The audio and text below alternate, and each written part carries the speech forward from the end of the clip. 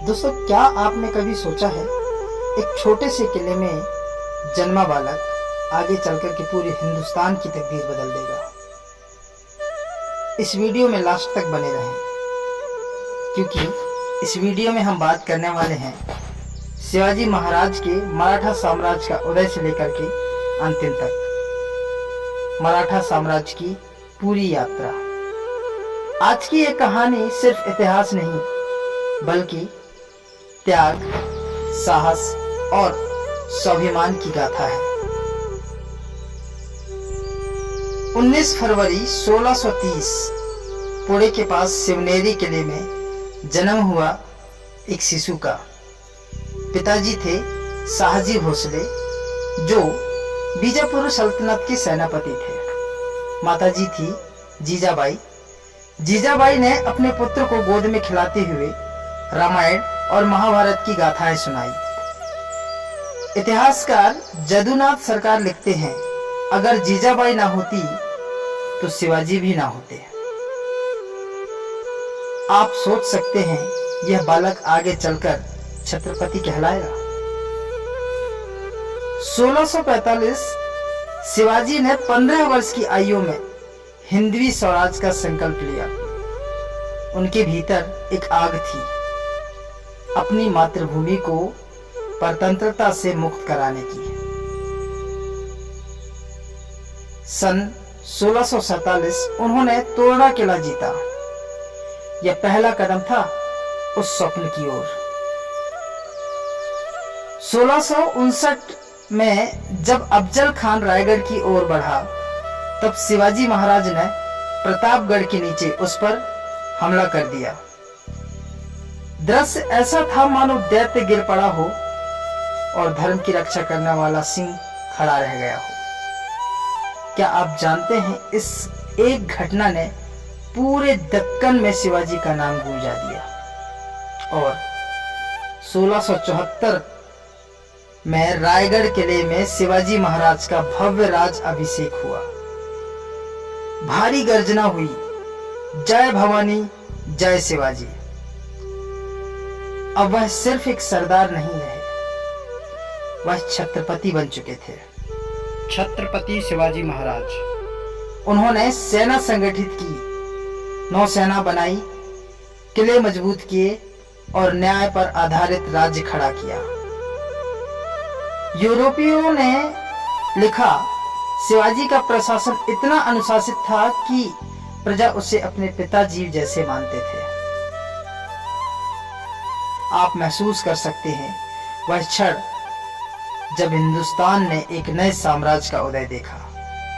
लेकिन दोस्तों, हर जीवन की तरह उनकी यात्रा भी एक दिन थम सी गई।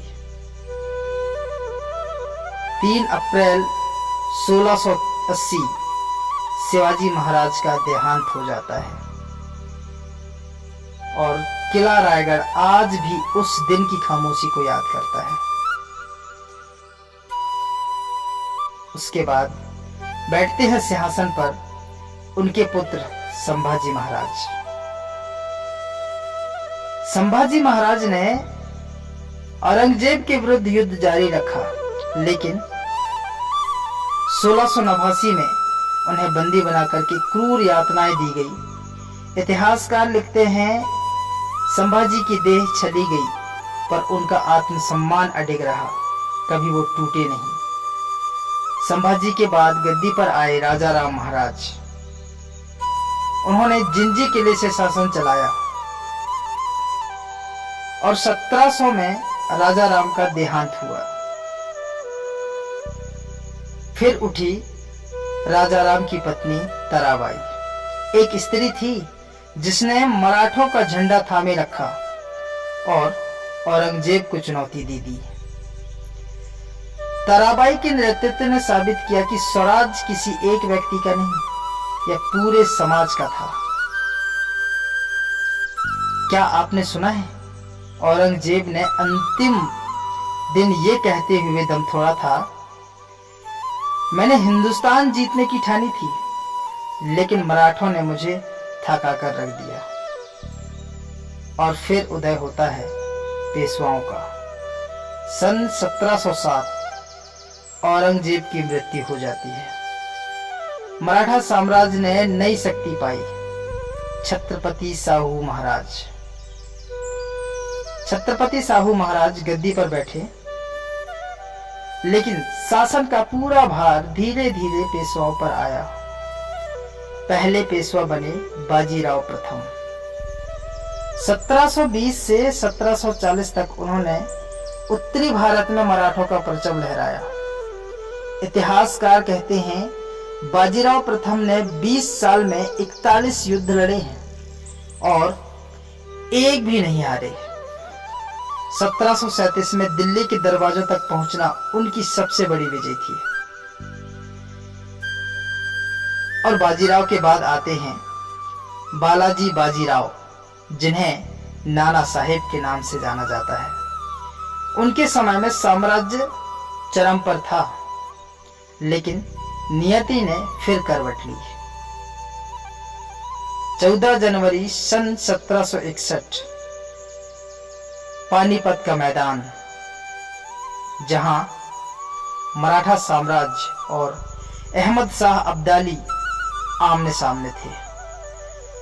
मराठा सेना बहादुरी से लड़ी, पर गद्दारी, आपसी मतभेद और रसद की कमी ने उन्हें तोड़ दिया।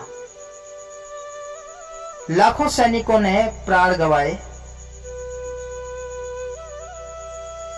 इतिहासकार जदुनाथ सरकार कहते हैं कि पानीपत ने मराठों की शक्ति ही नहीं, बल्कि उनका मनोबल भी तोड़ दिया। क्या आप जानते हैं, अगर पानीपत की लड़ाई मराठा जीत जाते तो शायद भारत का इतिहास आज बिल्कुल अलग होता। पानीपत के बाद भी साम्राज्य खत्म नहीं हुआ। महादजी शिंदे, नाना फडणवीस और माधवराव पेशवा साम्राज्य को फिर से खड़ा कर दिया। और अब एक और मोड़ आता है अंग्रेजों का। धीरे धीरे अंग्रेजों का प्रभाव बढ़ने लगा। पहला युद्ध हुआ मराठा युद्ध, 1775 से 1782 तक। दूसरा युद्ध हुआ 1803 से 1805 तक और तीसरा युद्ध हुआ 1817 से 1818 तक। और सन 1818 में अंग्रेजों ने बाजीराव द्वितीय को हराया और मराठा साम्राज्य का पतन हो गया। दोस्तों, शिवाजी महाराज से शुरू हुआ यह स्वराज्य वह 200 वर्षों तक हिंदुस्तान की सबसे बड़ी शक्ति बना रहा। यह कहानी हमें सिखाती है, संगठन से शक्ति बनती है। धर्म और संस्कृति की रक्षा ही सच्चा कर्तव्य है। और सबसे बड़ी बात, स्वराज्य कभी हार नहीं मानता। तो बताइए, अगर आज फिर शिवाजी महाराज और बाजीराव जैसे नेता होते तो क्या भारत का इतिहास एक बार फिर बदल सकता था? अपनी राय कमेंट में जरूर बताएं। दोस्तों, अगर आपको यह कहानी प्रेरणादायक लगी तो वीडियो को लाइक कीजिए और ऐसे ही ऐतिहासिक जानकारी के लिए हमारे चैनल को सब्सक्राइब करना ना भूलें।